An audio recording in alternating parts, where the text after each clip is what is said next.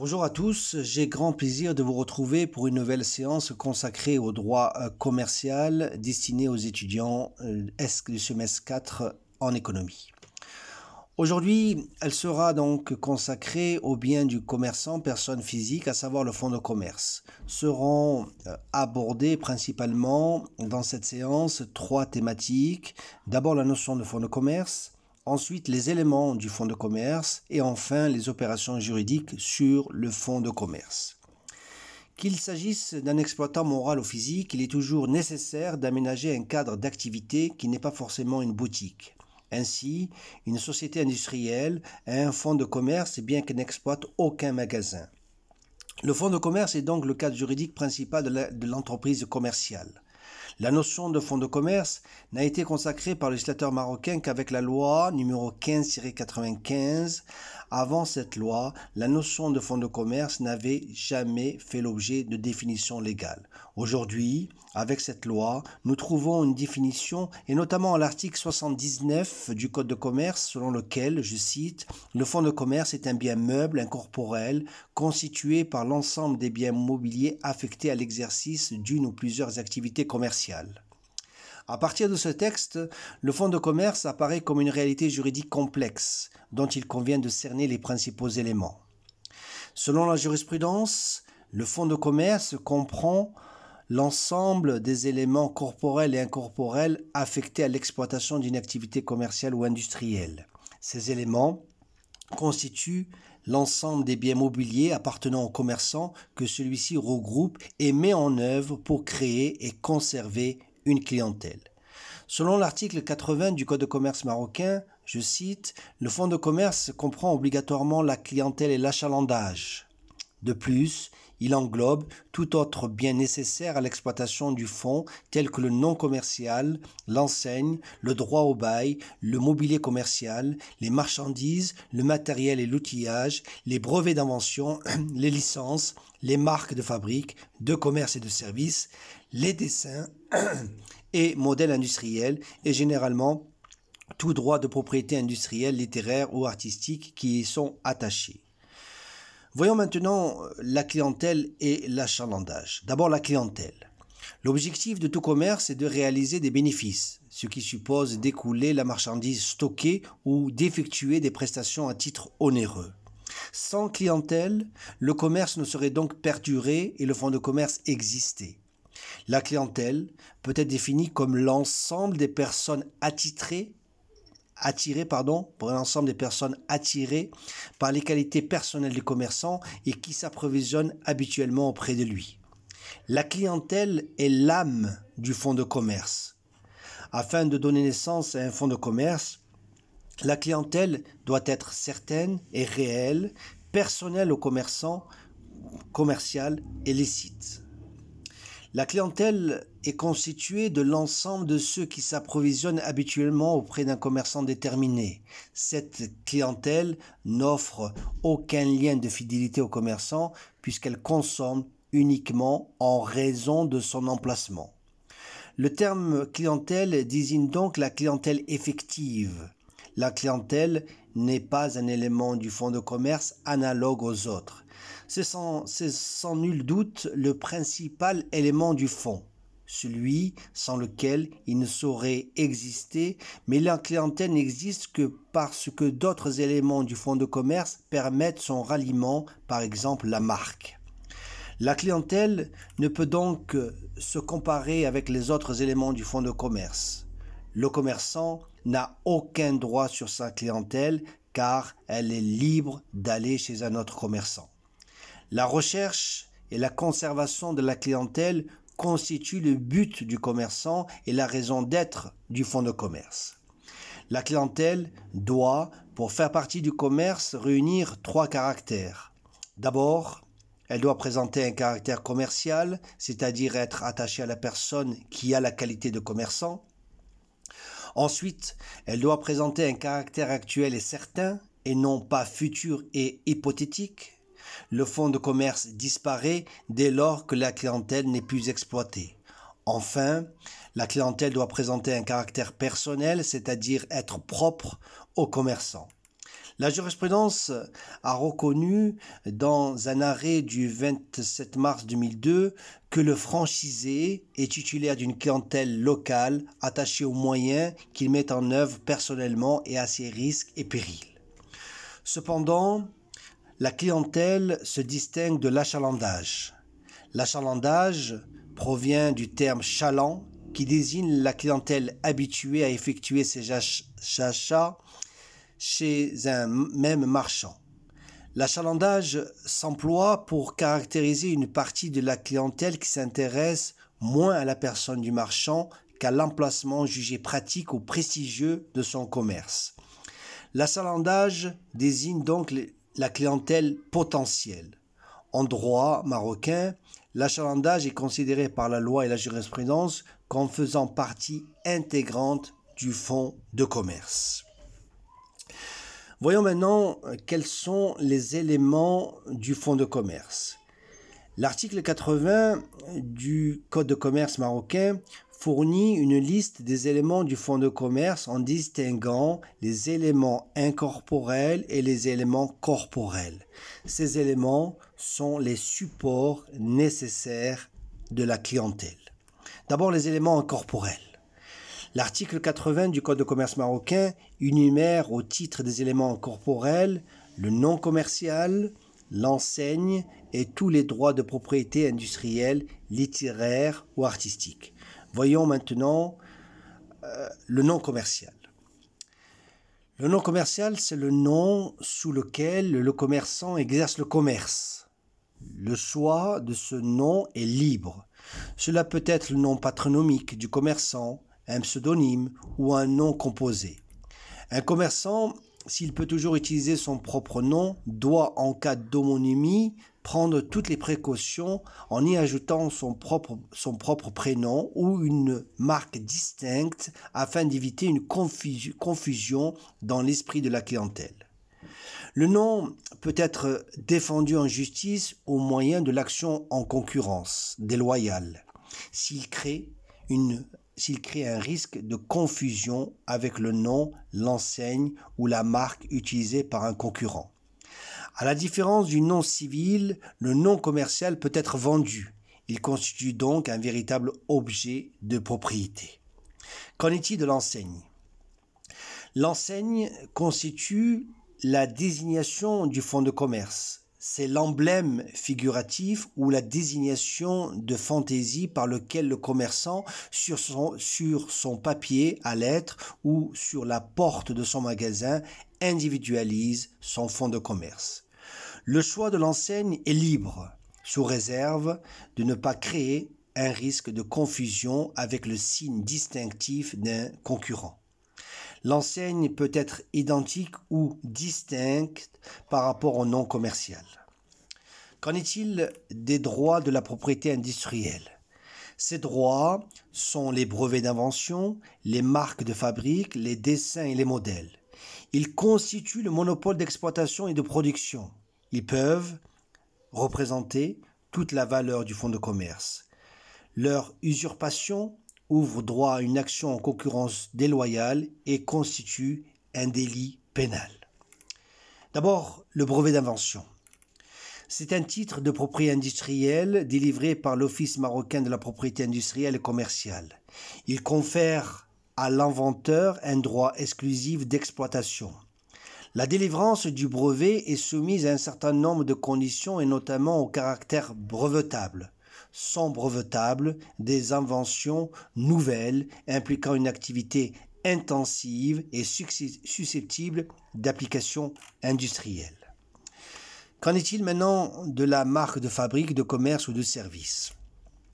C'est un signe distinctif, susceptible de représentation graphique qui sert à distinguer les produits et les services d'une personne morale. L'acquisition de la marque résulte de l'enregistrement auprès de l'Office marocain de la propriété industrielle et commerciale d'un modèle de la marque accompagné de l'énumération des produits ou des services auxquels elle s'applique. Qu'en est-il des dessins et des modèles? Ils font l'objet, au profit du créateur, d'un monopole d'exploitation, généralement de 25 ans, Ce monopole s'applique à tout dessin, forme ou objet industriel nouveau, par exemple création de mode, design de carrosserie de voitures. Voyons maintenant les autorisations administratives. Les autorisations administratives fréquemment requises pour l'exercice de certaines activités font partie du fonds de commerce. Il faut cependant distinguer deux types d'autorisations. D'abord, les autorisations dépourvues du caractère personnel, c'est-à-dire celles qui sont délivrées indépendamment des qualités propres de la personne qui exploite le fonds de commerce. Seules ces autorisations font partie du fonds de commerce, par exemple la licence de débit de boisson. Les autorisations à caractère personnel, par exemple l'autorisation d'exploiter une pharmacie. Ces autorisations ne peuvent pas en principe bénéficier à un tiers. Et la jurisprudence admet cependant la possibilité de céder leurs bénéfices. Après avoir vu les éléments incorporels, voyons maintenant les éléments corporels du fonds de commerce. D'abord, le matériel et les marchandises. Le terme matériel désigne de façon générale tous les biens corporels qui ont une certaine stabilité et qui servent à l'exploitation du fonds de commerce.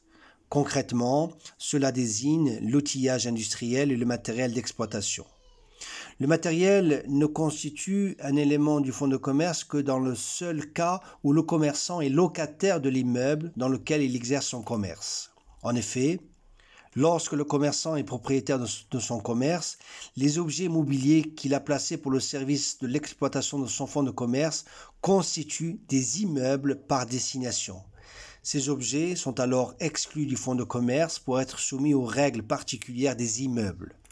Les marchandises sont tous les objets mobiliers destinés à être vendus après avoir été transformés ou non. En cas de vente du fonds de commerce, ce stock sera déterminé par inventaire lors de la prise de position. Qu'en est-il maintenant de l'exploitation du fonds de commerce? L'exploitation du fonds de commerce passe par l'utilisation dans le but de réaliser un profit de l'ensemble des éléments constitutifs du fonds selon des procédés commerciaux permettant de développer la clientèle liée justement à ce fonds de commerce. On distingue deux principales formes d'exploitation du fonds de commerce: l'exploitation du fonds par le propriétaire et la location-gérance ou la location libre. D'abord, l'exploitation du fonds par le propriétaire. Le propriétaire peut exploiter personnellement son fonds de commerce. Il prend alors la fonction de gérance en main. Dans ce cas, il est exploitant. Il a à la fois le statut de commerçant et de gérant. Le propriétaire peut être une personne physique ou morale. En effet, il peut s'agir d'une société commerciale. Ce sont des organes de gestion qui assurent la gestion du fonds de commerce en son nom. Le propriétaire peut aussi faire appel à un gérant pour lui conférer la gestion du fonds en contrepartie d'un salaire, par exemple un contrat de travail. On parle alors de gérant salarié. Le gérant, dans ce cas, n'a pas le statut de commerçant. Il agit au nom et pour le compte du propriétaire du fonds de commerce, lequel court les risques et recueille les profits de l'activité commerciale. C'est ce qu'on appelle la gérance salariée. Qu'en est-il maintenant de l'autre forme d'exploitation du fonds de commerce, la location-gérance ou gérance libre? La location-gérance est une formule contractuelle selon laquelle le propriétaire d'un fonds de commerce donne ce dernier en location à une autre personne dite locataire-gérant ou encore gérant qui l'exploite à ses risques et périls moyennant une redevance. Elle est différente du bail commercial car elle porte sur le fonds même et sur l'immeuble où le fonds est exploité. Elle est différente aussi de la gérance salariée. Celle-ci permet tout d'abord à un incapable, par exemple mineur, de conserver la propriété du fonds dont il a hérité mais qu'il ne peut gérer personnellement. Ensuite, C'est une solution adaptée pour le commerçant qui voudrait se retirer des affaires tout en garantissant une retraite avec les redevances qu'il peut tirer de l'allocation de son fonds de commerce. Enfin, c'est une technique de redressement des entreprises en difficulté. L'allocation-gérance obéit aux règles de fond et de forme générales à tous les contrats. D'abord, les conditions de fond. Le contrat de gérance peut être passé en principe pour tout fonds de commerce. L'allocation libre est valablement consentie par le propriétaire ou l'exploitant du fonds. S'agissant des conditions de forme, le propriétaire du fonds doit être commerçant pendant 7 ans au moins ou avoir exercé pendant la même durée les fonctions de gérant salarié ou de directeur commercial ou technique. En plus, il doit avoir exploité le fonds de commerce mis en gérance pendant 2 ans. Le locataire doit avoir la capacité commerciale. La gérance libre doit être constatée par un écrit, c'est-à-dire un contrat, et faire l'objet de mesures de publicité. En effet, tout contrat de gérance libre doit être publié dans les 15 jours qui suivent sa date sous forme d'extrait au bulletin officiel et dans un journal d'annonce légale. La fin de la location doit être également publiée. En cas de violation des conditions légales, la sanction, c'est la nullité absolue du contrat. Je rappelle aussi que la nullité ici, la nullité absolue, lorsque la nullité absolue est prononcée, il y a les conséquences juridiques, c'est l'anéantissement de l'acte. L'acte juridique n'est censé n'avoir jamais existé entre les parties. Qu'en est-il justement les effets entre les parties ? Il y a effet sur le gérant et sur le bailleur. Le gérant a la qualité de commerçant et il est soumis à toutes les obligations qui en découlent. Tous les biens qui composent le fonds de commerce doivent être laissés à la disposition du gérant. Le gérant doit verser au propriétaire un loyer ou une redevance. Le gérant est tenu de continuer les contrats de travail qui avaient été conclus par le bailleur. Le bailleur, quant à lui, doit délivrer au gérant la jouissance de tous les éléments du fonds de commerce dont il est titulaire. Il est tenu soit de se faire radier du registre du commerce, soit de faire modifier son inscription personnelle avec la mention expresse de la mise en gérance libre. Il ne doit pas troubler le gérant dans sa jouissance et en particulier ne pas enfreindre la clause de non-rétablissement. Il faut aussi prévoir la protection des créanciers. Alors, l'allocation-gérance, en effet, peut faire courir de graves dangers à ceux qui, du fait de l'exploitation du fonds de commerce, deviennent créanciers du locataire gérant. Ces personnes peuvent croire, en toute bonne foi, que le débiteur est propriétaire du fonds de commerce et se fier à une solvabilité trompeuse. À cet effet, 4 mesures protectrices ont été décidées par le législateur. Sous peine d'une amende de 2000 à 10 000 dirhams, le locataire gérant est tenu d'indiquer sur tous les documents relatifs à son activité commerciale son numéro d'immatriculation au registre du commerce et le siège du tribunal où il est matriculé et sa qualité de gérant. Au moment de la location-gérance, les dettes de loueurs de fonds de commerce afférentes à l'exploitation de fonds peuvent être déclarées immédiatement exigibles par le tribunal de commerce. Jusqu'à l'exploitation du contrat de location-gérance et pendant un délai de 6 mois à compter de cette publication, le loueur de fonds est solidairement responsable avec le gérant des dettes contractées par celui-ci à l'occasion de l'exploitation de fonds. La location-gérance peut prendre fin notamment par l'arrivée du terme contractuellement fixé ou à la suite de jeu d'une clause résolutoire ou d'une demande de résiliation judiciaire pour inexécution des obligations ou encore à la suite de décès de gérant. Voilà ce qui en est pour aujourd'hui pour cette séance consacrée sur le fonds de commerce. J'aurai le plaisir de vous retrouver la prochaine fois pour la thématique consacrée aux opérations juridiques sur le fonds de commerce.